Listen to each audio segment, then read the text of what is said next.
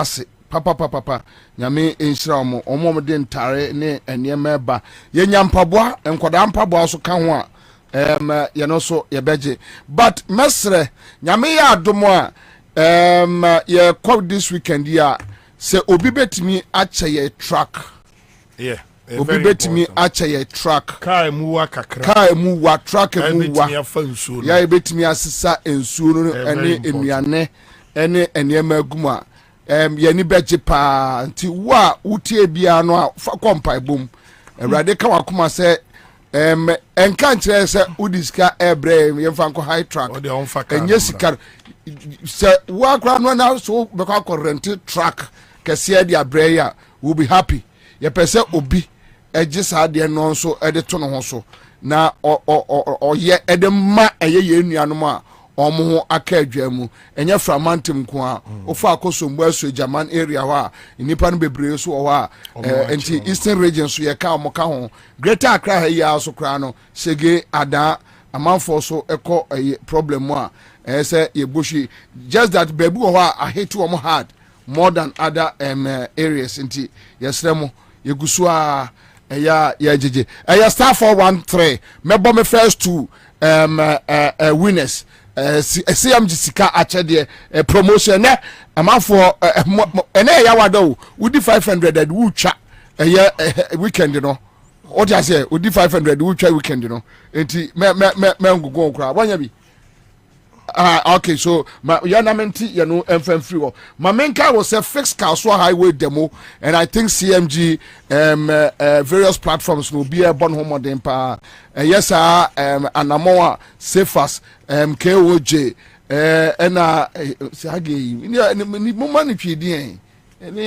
edin and sem ni bi ha sem bi pi ha Kwabena na munni muntia dia ba sem abro bo se me be fa ba no ko fix Kaswa highway demo enye demonstration gidigidi obia nko blame obia omo kwa akọ Kaswa afọ ho normal voice out because we are the voice of the voiceless, so we just want to help them, give them that amplifier na yentimi the road country dominate say look Kaswa problems ni.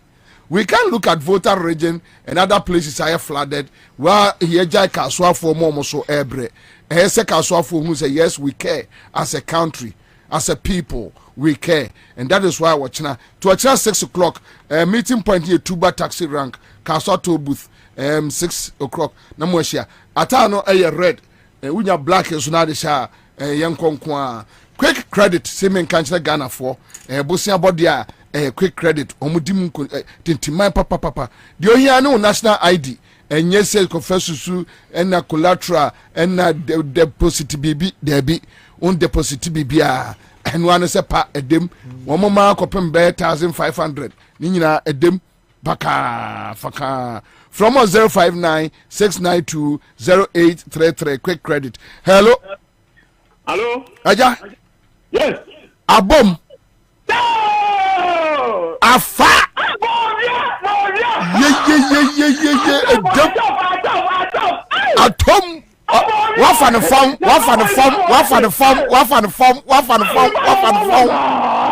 gejega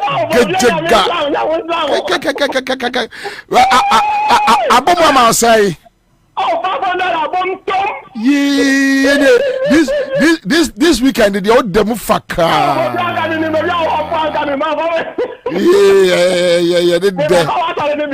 me that's Jamin sir congrats congrats all right so your first winner for the CMG sika achede promotion me ba cha entra o amanfo bogum sesia encha me the second winner no beba na me che ni pa bebre ade keke me cha o ma ade keke u try to 5 cities pe no ma cha ade pani bi tuo pie mi an phone so ngosi aga pani bi tuo pie mi an phone so ngosi aga ngosi hu enye mo pesa dodo bi bia na mo de mo ho agim Ghana perifo mo pesa ya mo mankola no nko anye bu din na mo de mo phone si table ase ya humwe ya mo pesa dodo Ghana perifo honorable mo pesa honorable fo mo pesa Pacho penfo mamina kwa ba. Ye Johnson na Akwana se akwana odi ade no dia asem no katwa to.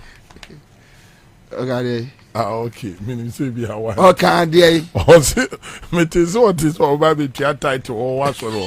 Em be se say na nya bia wa bia so bia. Egrofo kwana. Ana kwa ho tra na yi say mo monitor ne ekosu kuma. Okay. Emmanuel, unim ye be and a man restrict mo. Me bie mo amam. Kwaku ne ba ya chema. Ejaku akwaba. And then me bie mo amam. Because yentimi galamse asemi asem. Flooding asemi asem. Ena ba ko be na be ka ho shishi. Nye kwame dempo na kwame kan ho. Dia. Ya be ka ho shishi. Cathedral. Cathedral. Mentem ho ase. Ai asofo a omo ko accountability ho. Asofo buku mensa wanya de. Ya no so ka so. Any other so me pamcho my what you gboron kanza. Ose. Title no your home monitoring and evaluation team. What dey to aso. Ya o me so. Kwagu Kwabena biem yanko. Kwabena ma me nase na ensem no bi wo wanhwe na ofa ho abufu a ma men yusu be 3-4 minutes bi en kan kakran kan wa asema na wo kan ba galamsey no omso omuni evidence Nya kakra wo omso omuni evidence na on say o man Ghana no kwa we topic On say kakra you see eya rehosem say MPP for afa Ghana for say ye nyina ye jimi akufo ado aye no ho kwaku ananse a wachichiri wiase nyansa nyina di asi no ofi so okasa ye ni adwene enti Kwabena de ono beka bia no ye ntimi emfa mu nyansa ntimi emfa mu aba ehu se asem na oka no kura na se otwa kontompo se enye saa anka obi a wa na wo appointee no di tumi share ni nsem se omeye soafo a obehwe eye environment so ema ya Ghana ha ene science so na uwie na uyi ni se mejiudi enti matik ade bia friend interministerial committee mo na mo behwe na ma fight galamsey ema o ma twa sika de ma asrafo ne police fo ye nyina ehun kasi operation Vanguard operation one hwan ni nyina came at the expense of the taxpayer ye tu o mo ka Kwabena so mo fight galamsey mayen chese o mayi ya boka se suso onu a wodi to me ni share ni sa natural report because ohun se ntokwa no a okunu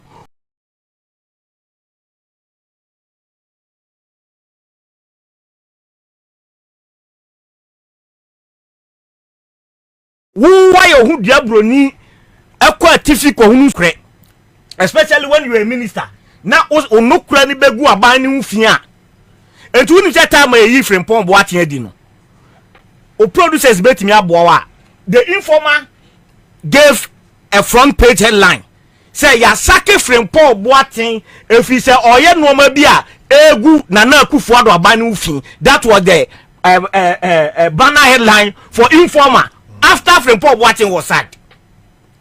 So even some of the media men esu kura hu say na o kan kura bi egu aban ni hufin tin yi na di na Kwabena report minim say oda so wo de na on say wo be fa sa frimpon bo aten report ni bia no just after page 2 we bo say your baby wo the red ink bi na troye the red ink bi na troye okay na ehwo no ade bi wo wa na very instructive by adwen course o de ma men kan kakra bi o say all right it is extremely important to note that the interministerial committee activities entered on small-scale mining and artisanal gold mining. The task was performed to near perfection. At the time of the inauguration of the committee, the problem of mining in forest reserves and its attendant destruction of forests, cocoa farms, water bodies, farmlands, as well as harassment of villagers in bordering communities by armed mining guards, including soldiers, were not on the radar screen. Ahane ehia me pafeti o say as will be mentioned later in this write-up, the major challenges that we had in the mining communities occurred in 2018. Kwabena tienye. When the Forestry Commission and the Ministry of Lands itself decided to give out almost all the forest reserves in this country for mining activities. Kwabena tienye. So Frimpong Boateng is telling us say a forest reserve are now Ghana no. In 2018, led by Sir John, led by Sir John, and the late Sir John, the late Sir John, Charles Owusu Papa say no ofaswa, led by the late Sir John, and the then Minister of Lands and Natural Resources, was it Amewu? Peter Amewu that time, and no mu decided yes say your forest reserve are your one no. Amu giving it out for mining. Kwabena tiyo so see evidence in our 2018 the Akufo-Addo actually legally through the ministries said that yes say Achimota forest gra say na gudie o ma yenko tu nemu nua no. And you see adebu ode hu nia dance ye twa bi e de ho ye de e ya dance ye. Say do hu ya ye ko hwe ne wi mu wie ye no. Ye hu say wode nsase ma cha so nsu ana o ma twetwa adi classify ye forest reserve na ya tensase. It tells you say what Professor Frimpong Boateng wrote in this report was actually true. So I'm surprised Obi and Ajimu Daho do man Ghana after evidence appear was a John real mua Yawele a forest reserve amateur so usu Yawele or manager padia you say a forest reserve ya the amateur so usu say on forever not forever crowds or on forever.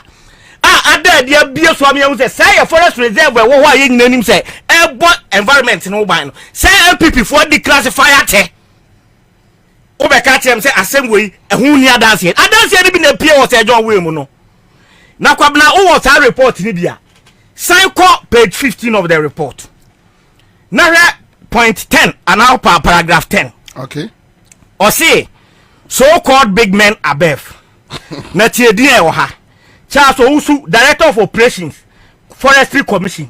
Tiensema Frimpong Boateng kafa no. Na me pese me kan na obia hu the sequence of it. Or say on Monday 11 January 2021, the task force entered a concession at a location called Bepotinten. Send your udim. Yeah. We had been monitoring for some time. Residents in the area complained about harassment by Chinese miners. The damage to the forest reserve was unimaginable. Big economic trees had been felled and dumped in muddy water bodies to rot. Huge pits were scattered over dozens of acres of land. Nearby cocoa farms had been destroyed. 7 excavators were seized. As usual, so-called big men started calling. First was Mr. Charles Owusu, who claimed ownership of the concession and of the excavators. What's the evidence in here? I see evidence in here. One who said Charles Owusu Ababe denies say one fret Professor Frimpong Boateng. In fact, say producers back check is here. Elastis Asaredonko. Akoko ye an investigation on also the report and here 2 am now reporting thing ho ya. Eba bontia obodi wo mu say joy news na ye say Charles Owusu dia meboa ye nyina na etikroma ina tu asare don ko na Charles Owusu o say Charles Owusu na oni ye say ye ne dia ene Charles Owusu di Owusu bempachi say wa sakra beda ne sofo ene oh Ghana no ye mpa no kre na da bia me ka say no kransan we nipa na mpa ne ka ti evidence be bio Kwabena evidence be bio Kwabena sa di we to wa Yanko a page 29 of our report we made Manubesia. Page 29. Na me kind the last paragraph no. E ho na now can say Chebi youth organizer. Tie the Frimpong Boateng kan. Page 29 or say the impunity in the eastern region is exemplified by the near unbelievable activity in Chebi. I had a telephone call from Mr. Eric Antwi of the office of the president. And he narrated that the youth organizer of the MPP in Chebi was excavating for gold in a field close to the house of His Excellency Nana Addo Dankwa Akufo-Addo. What's the evidence ni wo? What's the evidence ni wo? And in all of this, Obia ni wo watie Mr. Eric Entry no.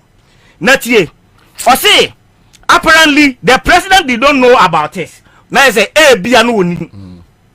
We quickly dispatched a bulldozer and an excavator to the area to reclaim the land and vegetate it. I need not say that nothing happened to the local youth organizer who caused the damage.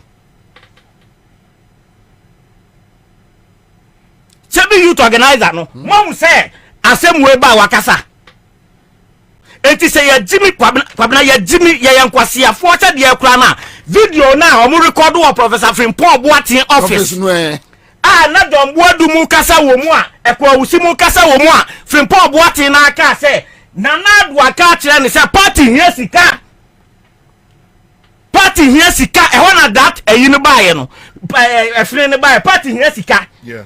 Enunti it was officially sanctioned by government say they should allow MPP for no to mine. Kwabena enususu nya evidence. Anasi video na okoye on galamse na ye chi eye Fantini Abranti. Charles Bisiu. Yeah, Bisiu. Odi sika. Se audio na ya doctor video odi sika susu. Odi sika o. Andy chama won to me special assistant odi sika. Kwabena enusu ye ni tuamu ya gani no. Enusu evidence nim. Kwabena me buza. Me say abujina po bo na me mebo so amanwi. Hwe akunta mine de me kita 2 letters ni nyina. We here from Minerals Commission. And we here from Abujina Po Ministry. Tie ba ku ye dated 30th September 2022. O say Minister Direct Forestry Commission to halt Akunta Mining Limited operation in the Tano Nimiri Forest Reserve. Tie do kan o say the attention of the Ministry of Lands and Natural Resources has been drawn to publications about certain operations by Akunta Mining Limited in the Tano Nimiri Forest Reserve in the Amenfi West Municipality in Western Region. Records available to the ministry shows that while Akunta Mining Limited has a mining lease to undertake mining operation in some parts of Samra Boy outside the forest reserve, the company has no mineral right to undertake any mining operation in the Tano Nimiri Forest Reserve. And this was from the ministry. Saying that there was no record and Akunta Mining the right to enter that forest. After a Sansu TDA, a follow up Minerals Commission so they buy on 3rd October 2022. Or say alleged operations of Akunta Mining Limited in the Tano Nimiri Forest Reserve. TA was it following the Ministry of Lands and Natural Resources press release on 30th September 2022 on the alleged operations of Akunta Mining Limited in the Tano Nimiri Forest Reserve. The attention of the Minerals Commission has been drawn to a mining lease in circulation purporting to be a lease granted to the company to undertake mining operations in the said Tano Nimiri Forest Reserve. Now, I say it will be recorded that blah blah blah. I say while Akunta Mining to also assess on what the ministry said. Now, for the avoidance of doubt, Akunta Mining Limited has 2 mining leases in the Samra Boy area granted following a recognizance license granted on 15 June 2011 and prospecting license granted on 31st December 2012. These are no state here. Now they go further to say none of the above leases fall within the Tano Nimiri Forest Reserve or any forest reserve for that matter. Kwabena, what did Akufo-Addo do? Akufo-Addo held a press conference. Says so now omumano platform if you remember December mo baby and Rebecca say Akunta Mining enya bonibia. When the Minerals Commission now are in charge of giving licenses and they say Akunta Mining awura forest no illegally. Wow ministry I delegated power wona wo dia ma no ti asema o ka bia ti say de wo na wo ka no. E say Akunta Mining any license ma otimi wura Nimiri forest nti yanche no ne asisa no man free mu no na Akufo-Addo be gina Ghana ha e be ka kire ye nyina ye se Akunta Mining ye ta ma wuntumi bia no onye boni bia enti Kwabena hwan bio na respect so be ka no kra kire o omampani na ase de Nimiri sa ka kra nya no kre the minerals commission pro man license no see me ma won't me license bia ezo so omampani so mayo wa mo mi so onye boni bia enti say attorney general any some microphone be catch us say there is no evidence omu to the line of omampani Akufo-Addo, so you shouldn't be surprised. Damn meaning so what I say you shouldn't be surprised, but crime has no expiry. And it say me no so normal you can decide not to investigate the time but time no beso. You know, but you see, almost believe we say time no beso there a political talk. Oh, because NDC ba MPP ba obi akabi time no beso BBAC. Oh, the Kwabena. Yeah, I mean, may say no me wa adwini say you can't threaten somebody with what you don't have. Power na fe ni epe. Into the say obesa konfo ayenkra. Enti ya na sometimes no ya na me pese me yes we dey ba ye be ni say afa ni e pa cha power. Ti power ni nya ba wi ye be hunu de be ye. Na Kwabena on the ekoso of voter region. Ade ba ko a ekoso pa me hu say ya twen adwen si so pa ni say Kwabena me feel say I was say you two ebu na sa asem no a course wo e wo voter region some part of Accra no ye hwehwem na viare ho me I believe strongly that enkrofo bi wo viare o mo ye culpable wo say ye timi pinpoint o mo ne ye ji o mo fira adwuma nim Kwabena asem wo nya asem a ye ba be ye like o mo said that me dey say o mo because unim hwe in time past anytime akoso mo water levels be ko from bia no yebehu daily graphic mu yebehu Ghanaian Times mu yebehu via kura official press release on beye am yehu say akoso modam no the water levels no akofom ente bia ye expect say omo baba be dundun turbines ni bi ente bi kura low shedding beba anase we beba it is akoso modam timi monitor on daily basis the water levels of the dam etimi briefing yen abra ekofoma. What stops them from doing the same monitoring on daily basis to know say water levels to be kika kono e betim the danger ba enti 12 gates na bia yem bia baako na starting ko form kakra na eba mo a what you say na ye say bia ni kakra na utwan amani kodu levels a wa wonim say e betim kura no a destroy pillars na e wonsuo nim no ama the entire thing na say ama bia o my way ya dum so be say aba no ti wakwa bie omo bie say 6 days or something. Oh, omo bie no on the 12th of September. Me matie si wo no so omo 12 gates. Enti emu be 12 gates. Okay. 12 gates. Enti emu be say 4 say 6 no ma bia. Yes I know. And if I metie no say so omo bie ni nyina. Mo honom tema will be wiped out. O say tema kakraka na ho no and some parts of Accra enye kuro bio. See if they open all the gates, a free voter region of a whole burning never be other including the entire tema. It is a move who when now and monitor water levels. I don't know what I'm gonna do some level way. And if I come now my phone low, I will send you another video of the CEO on Neat FM. Unim do okay. Or say free time and Kromaye dam. Omu plan no ni bibia. Feasibility omo ye ne crofo anytime water levels no be kwa spillage betimi destroy communities no they have everything ya documented eti omo nim say anytime e be ko above the level omo hwehwe no bia no catastrophe e betimi dia bani these communities are going to be affected so they know it has been documented ada na motena ho etwema ni do sa level na ne one question. 2 Abraham munim the consequence of say you could be a gate now. All these communities were going to be affected. No, what was the plan? Was national security informed? Did national security brief the president? Because they were going to be displaced. Displacement, you know, it goes with displacement, with replacement, and now dislocation goes with relocation. Et you unim say oba be affected and so ni be form no den anamona nanado abane national security digu o say okay baby ale water level na du na wo say ebia 4 or 5 or 6 gates yakobia all these communities will be submerged by the water. So what is the plan? And the start sensitization, let's get them a new place. Say a tent crown on the pack all your things, pack all your belongings on this date within this period.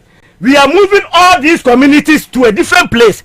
after no we will find a permanent place for you say ye wie bibia na assess situation no na I was say you sit down for krama mo moving from sa enclave no we will do it as a government Kwabena enyo won wa say omutimi ko bie ade no keke Kwabena say wona na oti sa community ni e ka cho say nso be for aka betena Kwabena kanokre say I am pass VRA for eso omukoye da ho so sense campaign omu na si oso omu ye campaign bi omu tu ni din da ho so campaign obi asini ena me wana me pese me susa wes akoko was ejimikasa so da ho so campaign et wakoye da ho so aka kire mi nu akowu ase ensu obefa dan no ena ti akowu aso ni nyansa na ochewa na ensu abefa ne dan Kwabena is that what VRA is telling us na de be ma won se de omu ka no eye ntro no omu twa ne se unim say ye putu pru ena omu ye te se de omu pese omu kire se e banda emergency na anka electrocution si bebre yeah but because they knew what they were going to do did you cut off all the power lines echo it's true minim say omu sam no to kro de dem it's true it is obi ko tena ba bi no ka say for all you know ma sheda ye omu sa it's true me ubetimi atie di Kwabena say obi ka say mo sheda na mo ye sa na o kekasi ani akufo ado nsem o koka wo ha you bit and you see Akufo-Addo normal be oye wo Ghana ha no he is going into the annals of our history as the most insensitive and vindictive president ever under the Fourth Republic ni trimo sumpa obi ka kire say Akufo-Addo tanwa on be so obeda sori ehu anim me ya je di ya to aba ma utimi be gina ko gina nkrofo na nim say I wom se mo nto aba ma me ezo so me president nti age se me ba bebo na se nka wunya ya upemu a enye otu na wasoe no a ena nka wo nko a upemu anka wunsi ho kanka be wu che se nka wo be wu kura fa ho because you believe that many of them did not vote for you but you see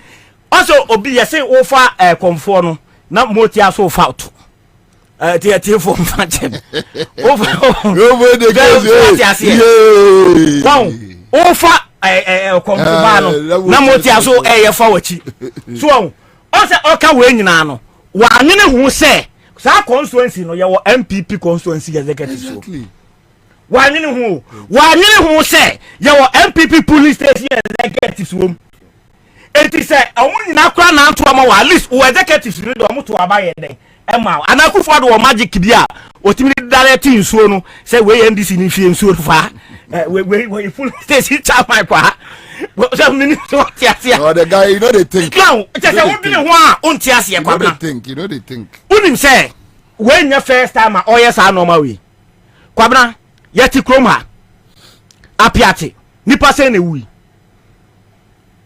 apiate over 100 na wi 100 yeah over 100 and the entire chrono eba from ani ase ekosi ni foforo unim say apiate wanko oh yeah sure mun check brother but am say Baumia ko oh na ma ye ka Baumia ya to aba ma Baumia Kwabena ya to aba ma Baumia apiate wansi ho aye waso ye wi omo mkogu hospital wansi ho aboso kwari explosion esi aboso western region je ya nansen ya ni be 4 months kra je kwari bia omo ma explosion na destroy cronifano not a single statement was issued by the presidency na Kwabena awrehu semu a ewom ni say Akufo-Addo de yesoma no de emfa ne ho de nya na sem eno eno gita na ni ase George Floyd akwa wo black man yedi tum black lives matter but voter lives don't matter Kwabena George Floyd awoti America na me say yipono oyipono obi a onim George Floyd bi oyipono me na de onim so oyipono me ya hu say onim Force. George Floyd. Hold on. Air Force. Air Force is a people. By force, me they say also. Me with him. Onunim. It is a people. I will say. Okay, I say. But now you could do a punk. Oh, me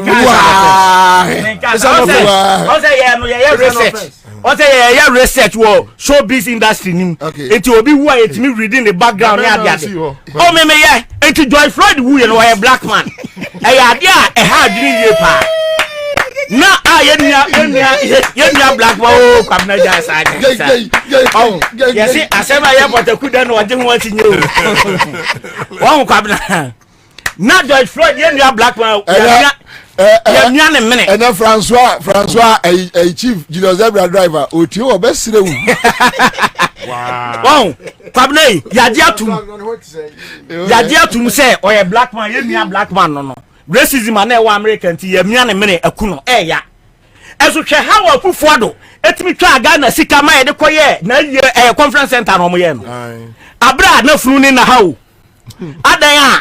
adan Black Lives Matter me ye sure say Kufuado no hwe ni video because a call of us what did George Floyd me there me see on say me Damian me na kan oh masa jawa sem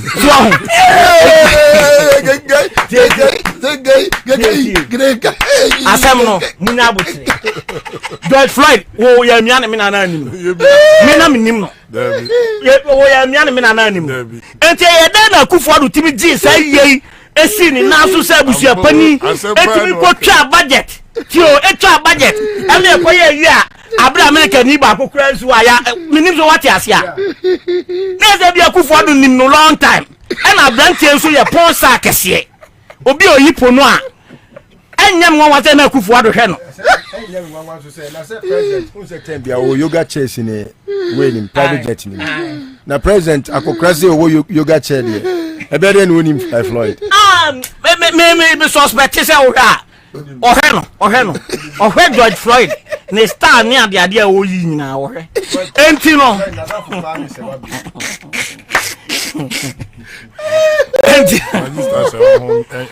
enti no Kwabena me dey make can say ade ananado dia ye votarians no no man ni ye and in fact on say kasa yese kasa tenten no from so ampam o kasa ya kokan yese enti eya amonto abama me na mo santo ma MPP ne wura kura fi say onko bio ebi musi no okan di agro asem wei o kan so say enti oya montie tape no o se enti edu ho aye to aba bio a montoma me na montoma MPP he has forgotten say why any time we is not going to be on the ballot and to we na be catch him say na hwe this MPP Kufuado government no our target voter registration it's real ye ko 2020 election me rap here 2016 right no me that me say one no mo be start here say o mo ye Togo fo ni but me ma de na emu oya 2020 e no mo say da ko create say insurgency bi wo say separatist group bi si on person mo ti omo papa vi mo say papa vi e se mo magimo ani so this share papa vi obi anu wadi 90 years o man president kro to obeto form na mo de ase ne so na lead group no ye to oba wi ya na separatist group na hira ye besi na ye hu bi ye ntin wan say bi o voter region unimade ane ekoso voter region any some part of mohonom ba bia Cote d'Ivoire border no so ba bia ayi onabo amedu unim the na immigration ni soldier for na Kwabena udi kiuma akoyo registration omuduru omse bonju oje so bonju omse free line mu ye Togo ni Kwabena enti Kufuado nso nko ka bonju me say the omude ye voters no say me need kiuma amekoyo registration no soldier ni twam won chen a otimi ye bonju oje so bonju a wo se wo ye Togo ni na wo so ye Ghana ni wo te French na de ono te Togo border no on te French na mu ya omusa na mu ma omunya sa feeling say aban we mpe omasem and clearly the agency who president who attach it to sa disaster yes we actually clear say enya dia said that form and nobody is asking questions within VR and in fact Kwabena let me state this Matie Metro director no Ghana sabro for na wire mintimi mo Ghana meteorological Matie omo say throughout this year Omama very 3 reports on the weather 3 reports on the weather me nyina indicate here say ensuo beto bebre enti se via le betena ho ama de na duru sa level we ama sa disaster na kwa akosi wo eye on friends mepe ama ebi wo ho amehwe obi hotel bi yes say one of these ISS pass pa ni bi na Kwabena ensuo afade no to almost the roofing level obi ajapade a ebi kra taking it by 40 years and say na wonya we or dey call retirement o ensuo afade ni nyina na omampani ukọ ho a politics na wokoye na say o ka tro mo kra say muti na ye say me ye mampani na maso say mehwe mu nyina na nka mo kra nka meja ma say mo be wi abuo say mo be ye den o but you have journalists today defending this thing say no di diagro no oh just a vacan sefa kai ko fa professors no professors ayi ba ku de na okasa wo ma na fami ohina jekuma ja ohene ono no but ohina jekuma so ohina jekuma ka say ade we ni yemfa ni agro ni kwa say kufu no what he was saying is say president asem no a all can asresem even the people around were laughing who sefa kai me say on peace FM I listen to him Emma unim oye mistake bi o ka say even kro na prof what say obi guma bi kra ka say o mampani why fresh e na prof no so ho de mebo na baso oyi na no say fresh na o ka na sarcasm o ka kire say o hwe ba bi o man we say de ye bre e komo a e de yen ahokira ye wom ene say de nipa tete apansa ma o akufu ado why fresh na oni na o man ne ho akokra ye fresh and then say asem minimum what is and that was the response Prof Ohina Jekum gave to him Kofi Ajekum e ka kire no ene e ho de oyi na no ye pa na akumya na no ni place ade no na akumya na no was on the show and na no ni place o we omampani kan di agro and the prof say sanka wanka so anka be den busa sevakai nyansa wo ena sevakai no say oh kana no tum so enya support and no boy nyare jojo what I say yes na and see they do this PR for government and they think that we are so dumb that we don't see through we hear Abbas call show no so I think yesterday meboa UTV anopa yakunama try to do the same thing the video is on UTV for na nkasa opo bi anko we bi say oh now kan di agro mahama ko kumase oko kan about Rose MPP for call doctors a tape no say o say oyi or the board ye overhead the claim so asante for ani no na nye tribal issue besi me MPP for nkasa asem no akufo do akoka bi voter region there some key journalists in Ghana na o me journalists there and centrofo bi okromo say na nado de no okadi agronti yamfa nche no na ye koso mu a the tribal issues beba the division be den ebeba ba na John Mahama de moja afọ ni munya red John Mahama de yesremi ba no ti ono de yanwe no me say da bia meka sa problem we John Mahama face ye nyina was from people like the Sefakai and Sankrofoni nyina mostly were tribal undertones mostly because eney o hwe aduma John Mahama ye o hwe ne records available now the tutu akufo ado ho now where how tolerant ye buafu nanati no you have media houses still waging a war against Ghanaians to still hold beef for this president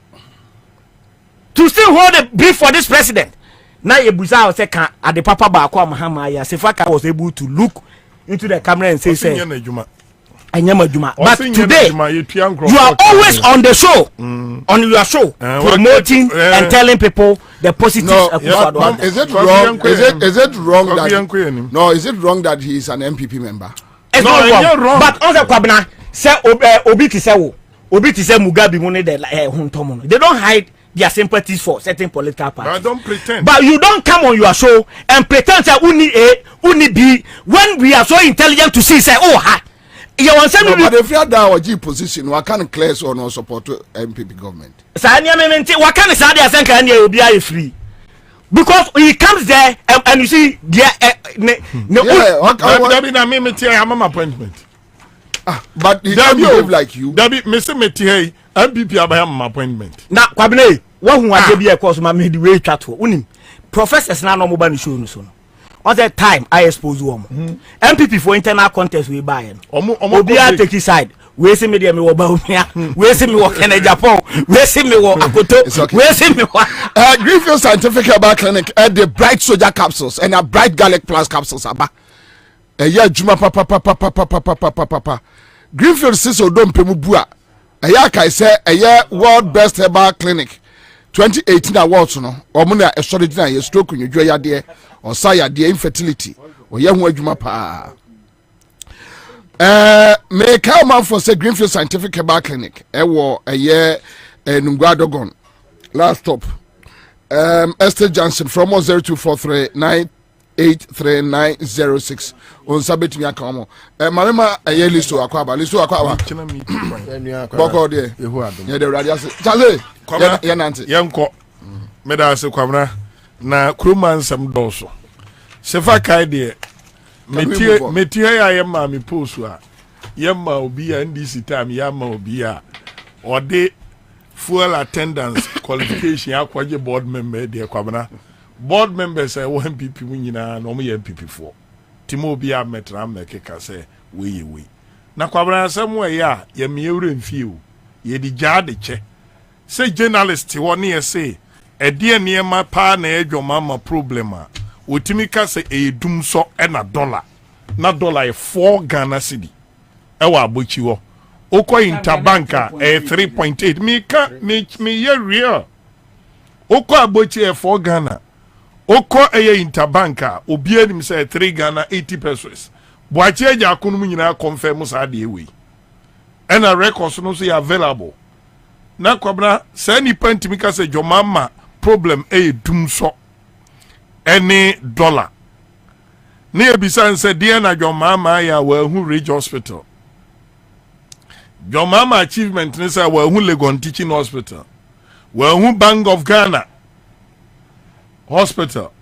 Kwabra all the numerous projects, maritime hospital, the American crime, make us a brody be our tama or see. And yen you must send your Becca. Now, Sabi. O criticize you be kura na say well who na strength ba kwa kira say onye fair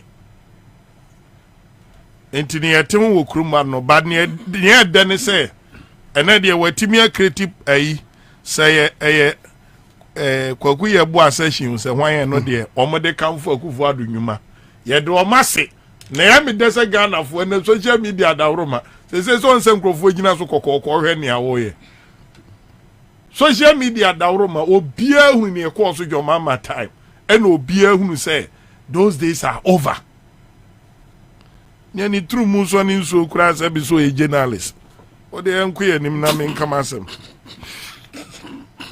on national cathedral na sababa galamsey so on fa cheme tifo mon fa cheme pa kwabra on national cathedral say no me problem me problem ni say it say me call Papa Danka sorry and I me cause of book mensa sorry and I say it's anaba na aka la soja we gina say o ma friend say o ye trofo but endra me so penyina me call na sorry o friend me phone say cha so ni say me nka ho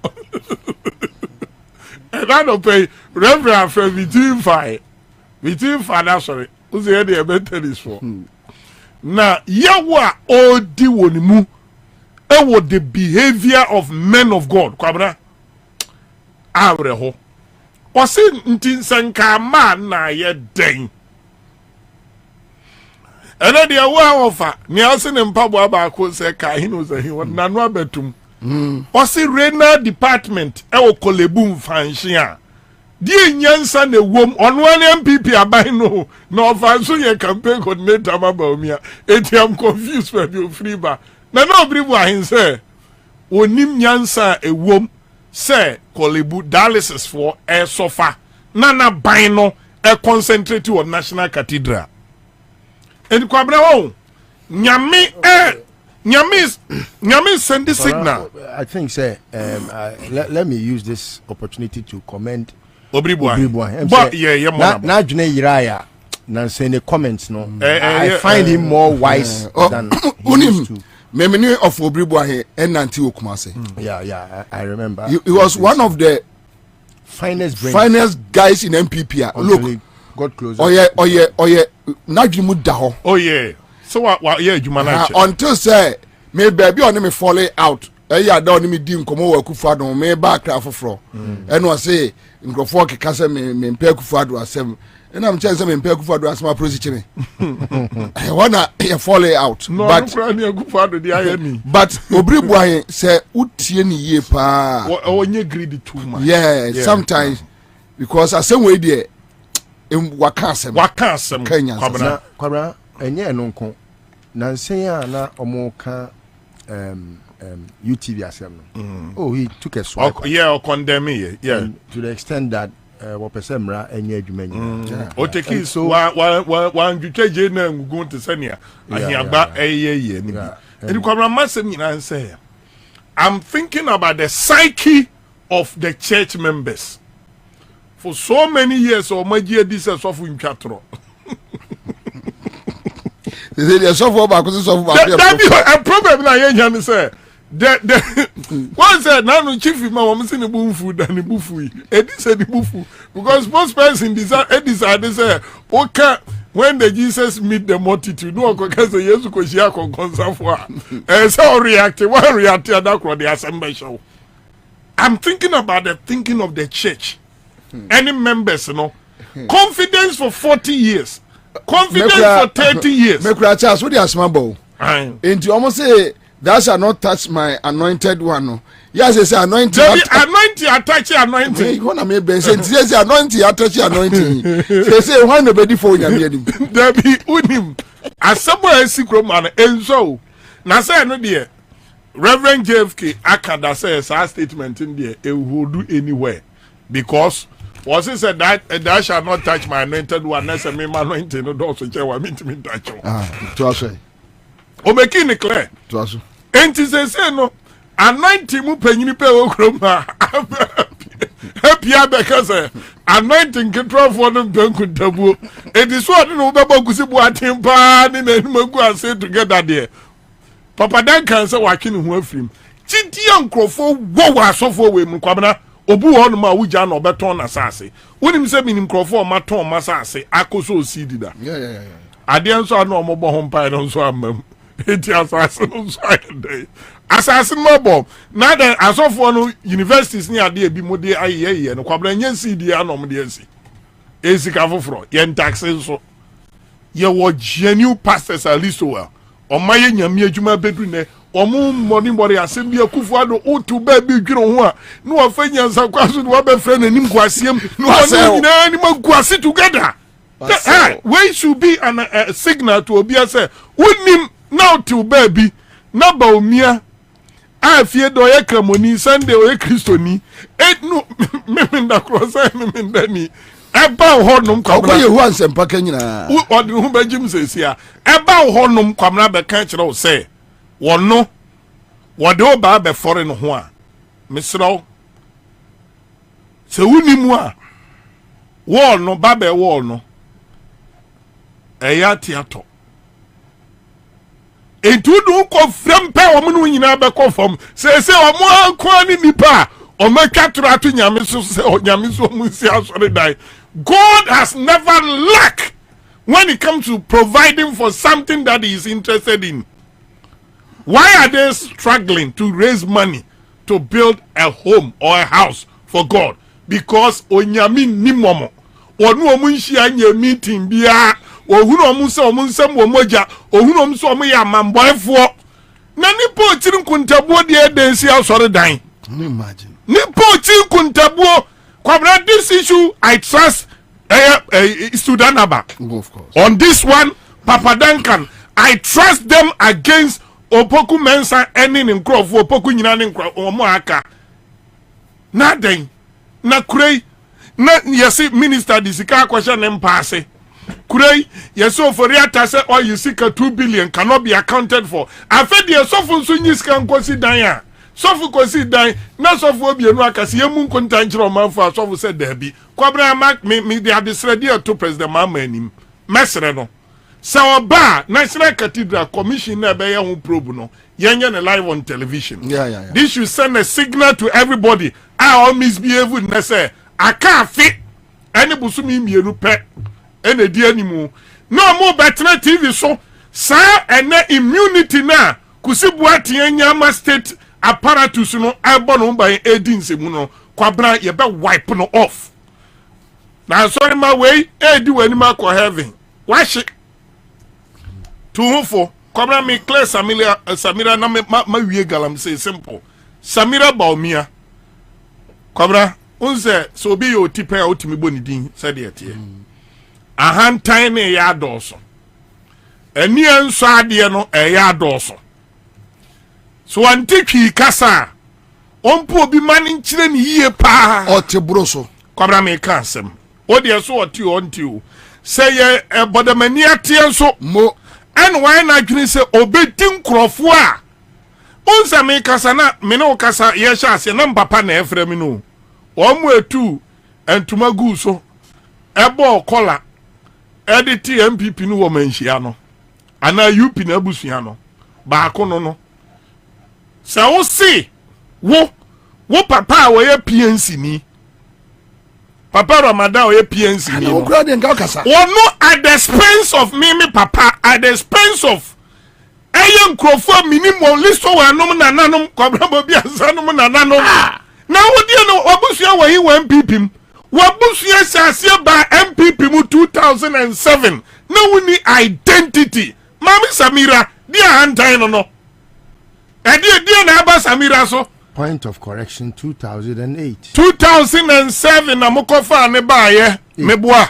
8 oh list 2 8 no obeye modwuma ba 7 na mokofa na meboa nye 7 na kufuado to aba what the 8 or 7 no okay ni effect ni odi me fan say 2008 January extra match me ba cho ba na mo ne na kasa me de me ka asem odi edru so anu wa kire oba che say 27 na say waban asem ne na hi that's right I made wakaza so no it is Samira there only root in the NPP wo si ebinum no omom papa nom no omma amen now papa na no onka hu bi before 2016 election kura no mokwa akoye no ambassador den at large no UAE and ameboa one of the finest communities in Ghana one now papa kwa na retirement at the expense of PNC kuoni nyina what the PNC at the expense of the PNC who papa enjoy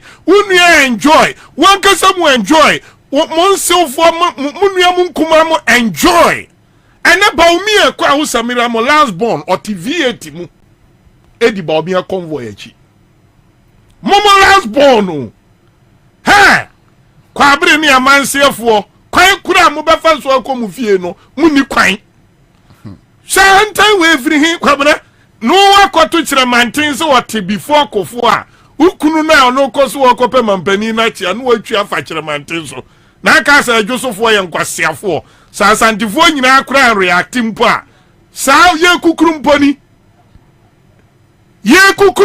ye Samira Bawumia ye kukuru emponie wona oba MPP mu wunya ya fere say 20 years no wo be ka kire wo de UP ebesi MPP sabe maame no wankasa yie so obi ami wo MPP amanyokuo ma Ramadan family na obi ami wo MPP kuo no ma Bawumia family Bawumia ni nua panyini da so ye NDC panyini sesi ameka se wosrem Bawumia NDC fo na hwe ni school entu die obi ban se Bawumia ni fie ni hini wa MPP ena ne yira benya hantan hantan pieto ahye ade atia si krom se na ono be kire se binu ame Kwabena aya punishment na dedan kwani Bawumia kan bo ma punish MPP fo no enunti na ama na MPP fo na tie atua panyini ni MPP listo you know say na panyini ni ho enye se mpanifo no omu ni ho listo minim mpanifo bu MPP mu a omu kwa kakra aka no omu suro so omu koka ahwe ane ababro omu enti odi nkwa kakra no waye den no wawu Kwabena enti Samira should humble herself enye too late so beba be pa achew ne ka omu adidi amia na aspirants no Kwabena why na ne team cheska sen ba omia ni na busuafo enye omu na omu cheska omu police station executive no war for the past 7 years no oma bre omu bibi da na de ebeto aba 200 Ghana adane chiwinga ma ya tugu nipa so te se efense ade enkramofo AI fro omu enwini ho Kwabena mi wie me bomasem topa etofa ewo galamsey Kwabena kontama ma me recommendation bi da bi mesra wi ano da bi ho na no book bi courtesy for boys and girls Uncle Toby no kan no nsia kasa akwaya fa so sipe nyina ubenya ya de nod in the chair Kwabena akontama ne ye hwan dia wona afra asante wontumi dia meboa waje atum se ne dia numre forest akontama ne ye kuhu no ye hunu okwaku good wontumi wa party bench aman MPP onye big man o MPP oya big man actually say attorney general ne report no ba nyansa ba akusi enim in summary Kwabena sa atu ayebo ane de Kwabena me say attorney general report no empty nyansa ba ku pese enim because wontumi onye small person within the MPP mo kwasi excavator me sha se na me ka mo keti jemfu a ni mfidie shi mo koye worship MPP women's wing ni nyina akohia ba bi koto nyum se mo kai sa incident esugo mu triso I think it was at the house sanifio se conference obi no mo kohia yo sympathizing with the illegal mining of sa forest here that Achimasa so at Etiwa forest mu nyina munim se Etiwa forest no Kwabena amansa mai etua thousands of dollars Emma Ghana because of the existence of that forest. Yes, World Ecological then Service Force or whatever. Yes, we mutua sika at the Ghana because of that forest every year. Enti mibisa who say NYBD na asemia say video no kwa me say mo anya amaye esi wotema aya omukwachi no say we there ya chiri MPP panyini live say camera si no so say sa papa we won no na ye excavator ni share ni nsem won ye excavator ni share ni nsem enti say excavator ira na related to galamsey fighter Kwakwasa fueje na be catchem say galamsey report no entimia indict any senior member of the MPP na sabi oman meaning on the report ne bae me be say me bisa asem bi Kennedy Japan wonye MPP ni so MPP ni Kennedy Japan ebe kan say MPP for eba galamsey tuo na Akufo Addo galamsey fight na Akufo Addo si wo say bia any den eni hini video no ho wase niema wodi na ni ehun MPP mpanifo na Akufo Addo si wo when it comes to galamsey fight na Akufo Addo si wo say dua eni hini.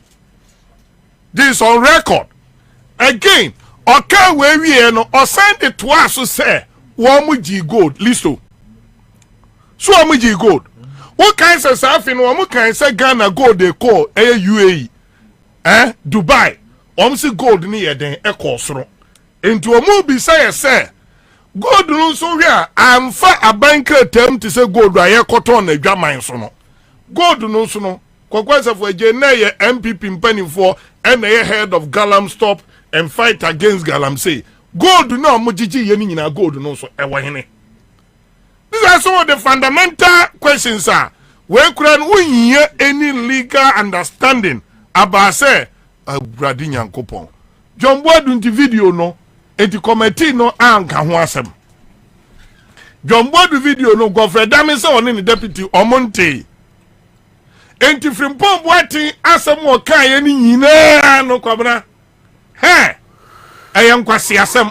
Enti zikana e kotugu wuram se asojafo enkoda wuram ko fight galamsey no. Sa man ko fight. That is the total explanation Godfrey Dami person or the Ghana for. Say, sojafo na anji nipa. Excavator 500 no anyira. Gold no amoji ya no Kwabena o ma anji gold. The small scale mining for asama no mo be kan ye ni nyina Kwabena adane nkwase asem ba kwagwanse fo je kan asem bia me pese Kwabena me di manu tum say ye pesue u say ye becho say ye chase u say de mra bedi ebedi udie enne wo betimi ayeden adwane ba Kwabena say metu video bia twene wo wiase a sa video nso ba bia da no ukumi kura winya me metu video bia twene wiase a eye Erastus asare donko anandino media mabon se dia mabon wo correct no mame Erastus ni video no akoye no wo mikrom kwa abere no a okoye a sojafo yire no a eka se sojafo a yeso o mama me fight garam say emomu fight journalist na akọ expose wo 18 Chinese people against Ghanaians Kwabena me catch us say saade no nko ade be investigate Numbre forest ye be den ye be investigate Mashada keep all these videos. Na me nya wan say me phone back so video yes say 10,000. Phone back nko ye di BSC. People must be punished because damage or ma cause against Ghana. I tell you say Kwabena yentimi mfa mfie aduonum ensign repair. And now wonam enyinam na hwe densu 100 meters na China for any Ghana for be a cabo mutu. Our Kufuado na achimasa so na timi say Kufuado you can't trust him when it comes to anything. Kwabena na so ye ba omia head of police and ni abenya no me de manu asi. All right, so that's it live on Accra 100.5 Citizen Show. Mame enka oman for say top choco for say enka nche Ghana fo nyina say omo ena de top choco chocolate spread aba ya de fabrodumu ena omo de top choco 3-in-1 chocolate drink nso aba ya no de ohia ne nsuhie mo amopese mutu no dodo no from 0243 033 afe yaka eye imboost heba Mr. Wansam almost say ya boost immune system no ai e ma yare me bon Ansah omamu dankes People's Junction na nabuache eba o kan shitema Ekus Pharmacy ene we Dama Pharmacy ubenya bi assignment for Kings Walk eba o kan shi tinated heba from 054 071 0113 listo eni ebiem for na person defa yenko tell Kwabena no ache me 2 minutes okay all right Kwabena yeah one letter na aban Kwaku na Kwabena uni made a shock me Ghana Police Service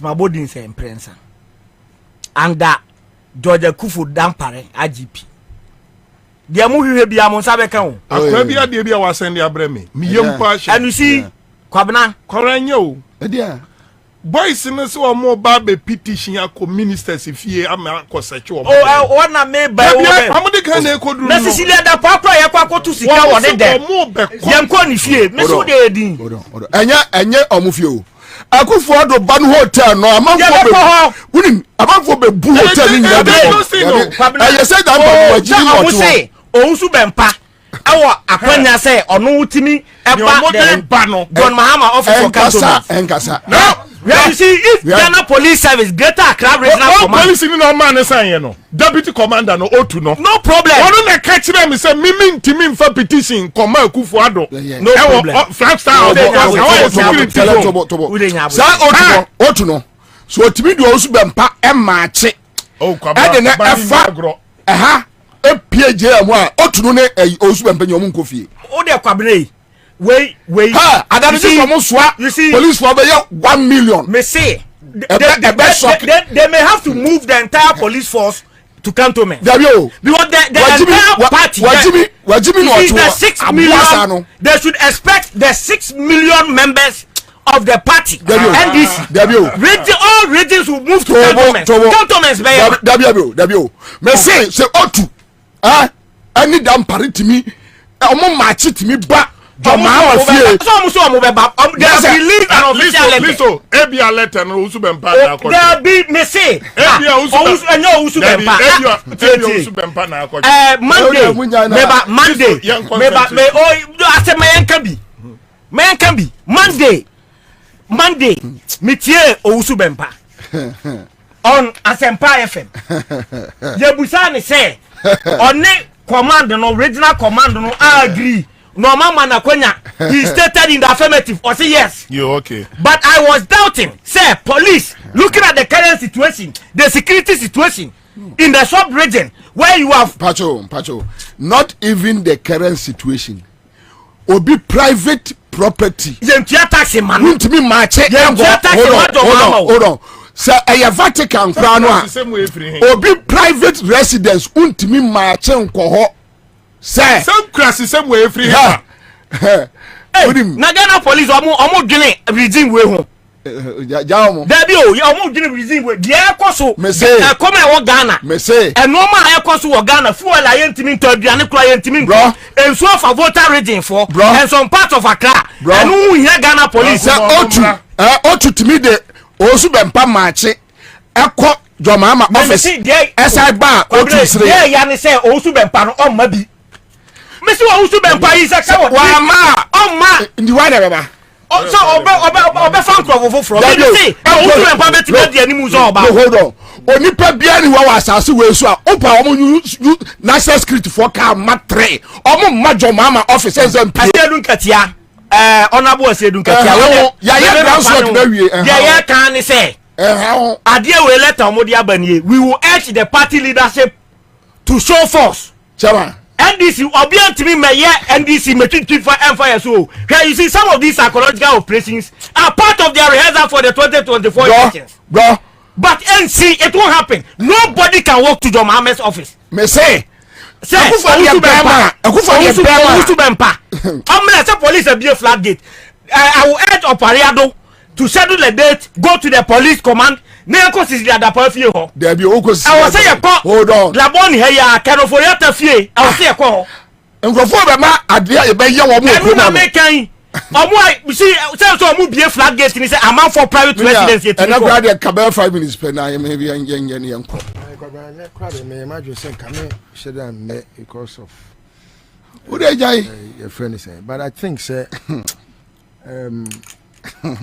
upon several reflections Mama Chetty for ne menuanom ne woni apamfo Kwabena I think I disagree in principle with all the arguments advanced by persons that think say adia ekoso no eni kwan say yema ehon kwan democracy ene yewo na obia will right to do whatever he or she wishes. Kwabena na den wo kan say na mo kan say obia will right na IGP will right to go to his house. We have the right to go to IGP's house. Okay. And we have a right to petition to want to go to his house to inquire about the killings, the extrajudicial killings. Yeah. Don't we have the right? We have the right to make sure say IGP could be put to strict proof.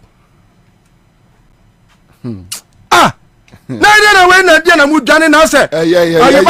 Say say be me bi na what TSC bi na say ma obi abohu. Egosia for we mu aboa we aponchi we aboa we. Why ya de kama opposite for man kwan say won ko ya de na no so won so atro bi. Etian na asafo jesi eni na ti ne enko IGP fie. Ade tia ye ko kanofo asem abetu nkrofo. Ade tia governor Jimmy for governor na afra toto gay no aboa no ye ko ni fie so say ye hooligans no. Ni akoche how hooligans behave. When ya there was say NDC na NDC na motibe omo nya hu ade me ba omo nya hu ade kwa young boys na okroma peso omo no omo ye if we have our way where democracy obunim and ye nyina ye practice they don't know and the police for as a law abiding citizens almost say you have the right to protest and picket and whatever and that right you know sebi impreduasa say IGP no wakoje aban sika dia ko high office amajo mahama enti no say wo say won kwa e wo say mu bosse na mo mama ni je eye floodgate en wo bia bie na we obi abie political floodgate we ya na mo tra na mo ye ditri na mo me dey na nkwa na mo ye nwanwa udibim we have every right to enter everywhere. That is the meaning of what has happened. Yeah. Obi ahenda mama. Pays for 1 week. Now he pays for his private office. He rents it by himself. Ayo John Mahama na nkase sika no dia rent the office. And na wo se wa ma obi kwan se onko ho. What ma say? Wa bra aban man office. Wo se won ko ho. Enu nti no is a floodgate na we bie na we yade no so ye be ye hu dede.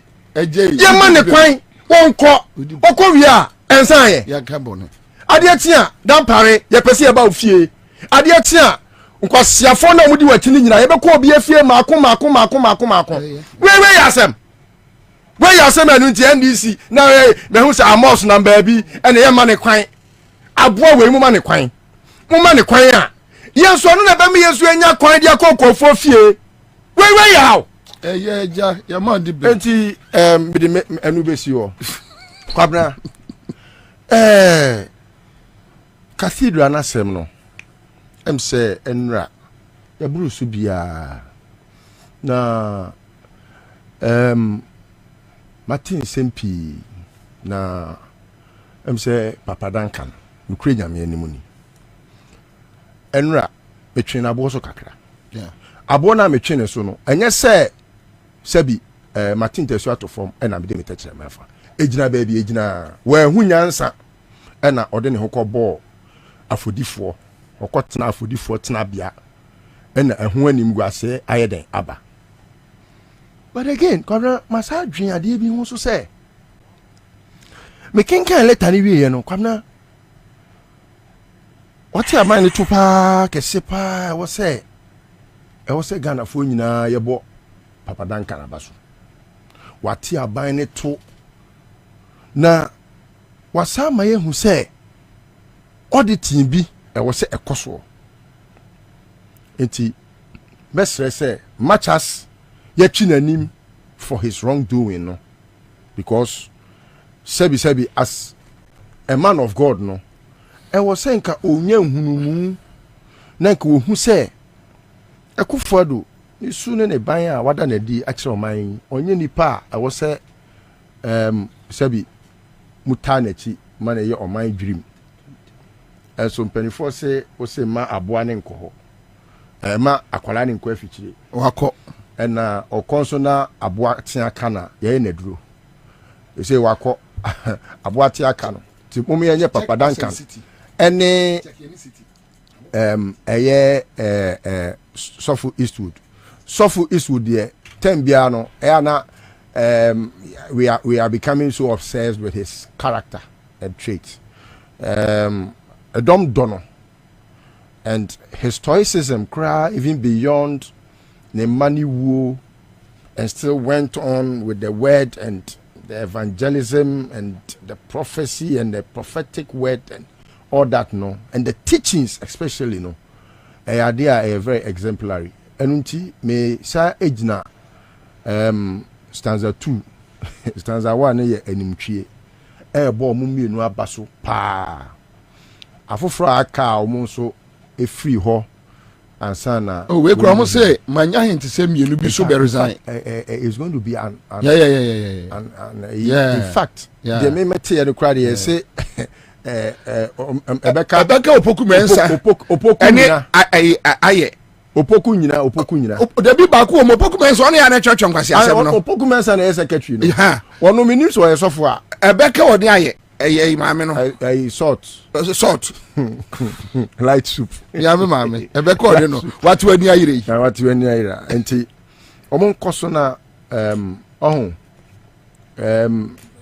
ye mpanifo enyi kwan se ya na enu asofu bi ne me kasa e ma me hu se Papa Duncan e wom se wa chede na so no e bi ana but next time no dey me tu ne phone say you see listen to the pulse of the nation say uye badwin ba, and he has preached about a lot of things.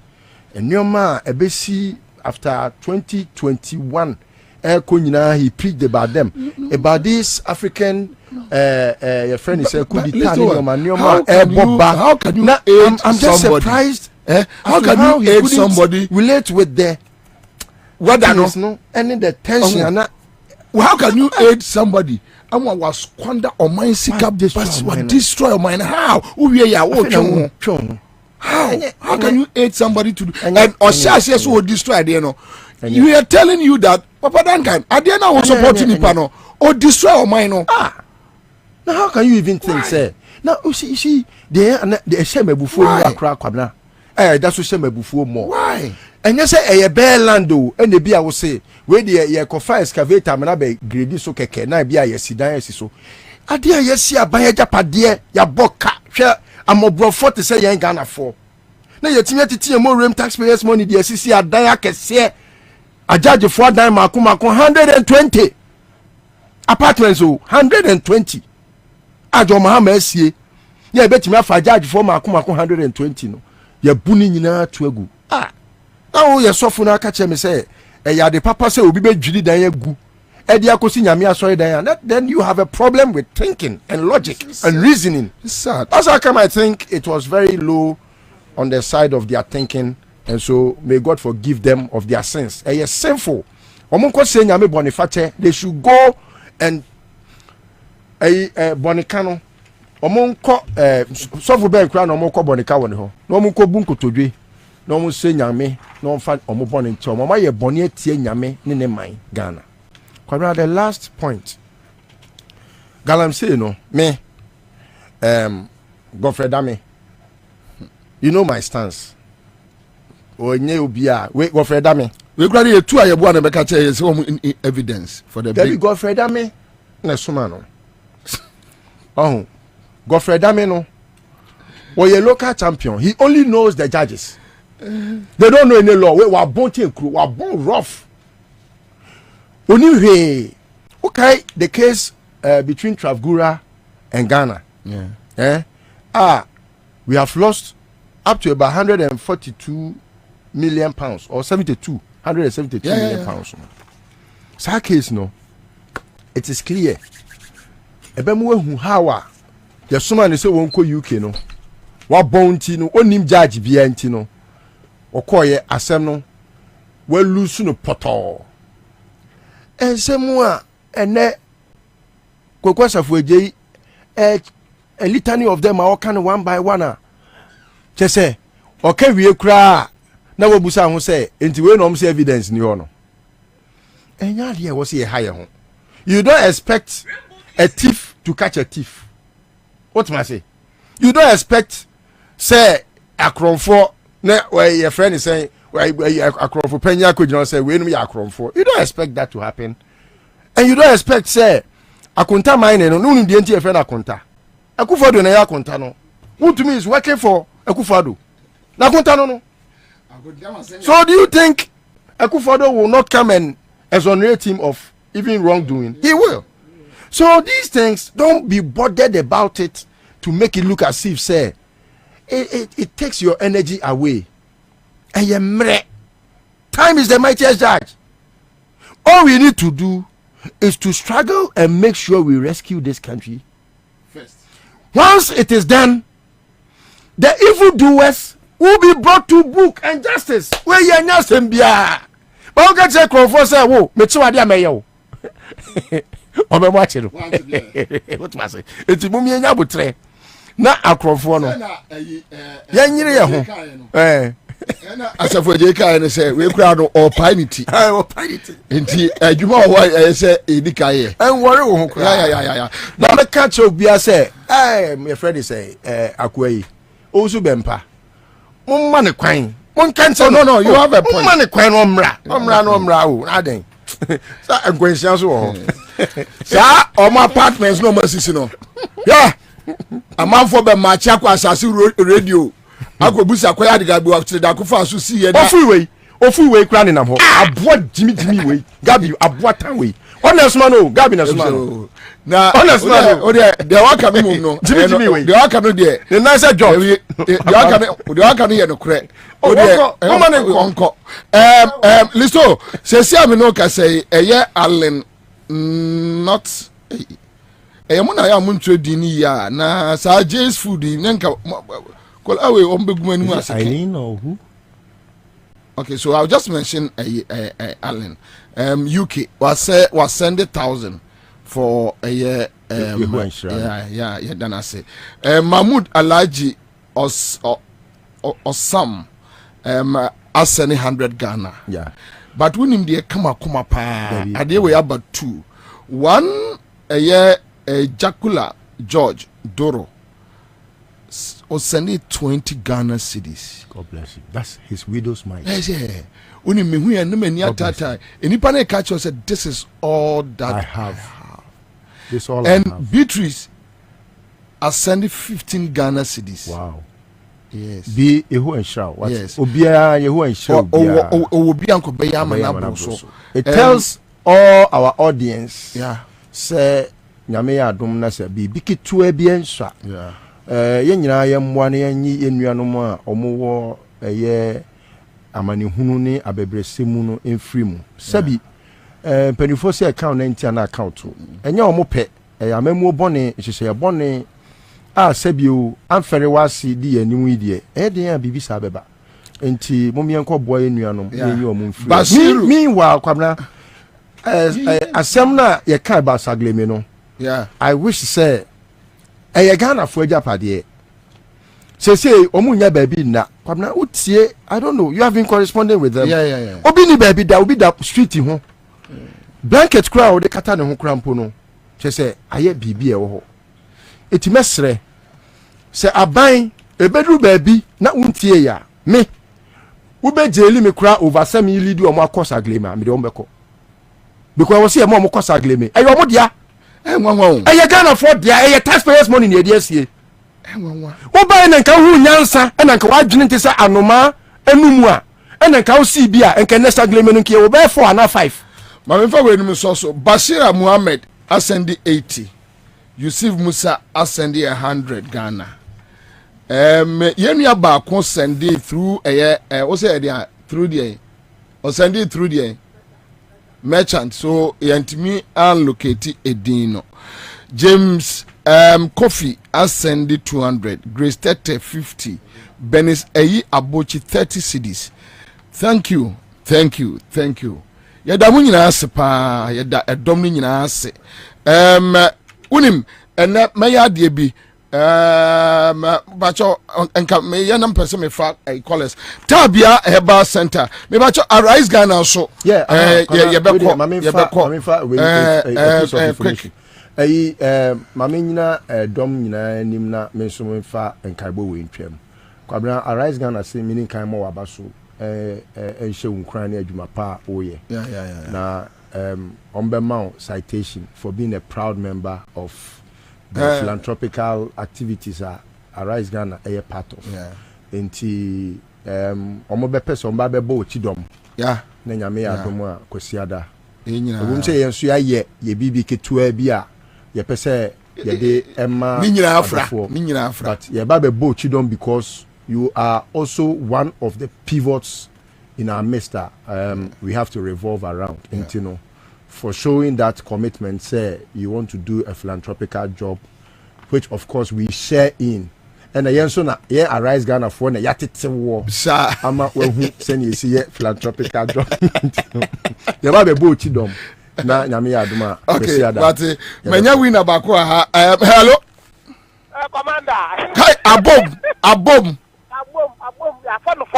Offer the form 500. Offer the form ayiko utrinkwa weekend ucha say 5 cedis. Oh, Mr. 10 cedis. Okay. Mo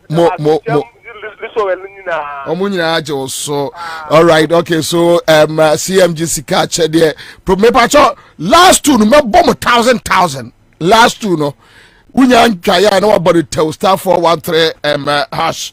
Tabia ba center the tabia ba Mr. Ba when you want to honam your ya untimi ni di ya de. O sia tabia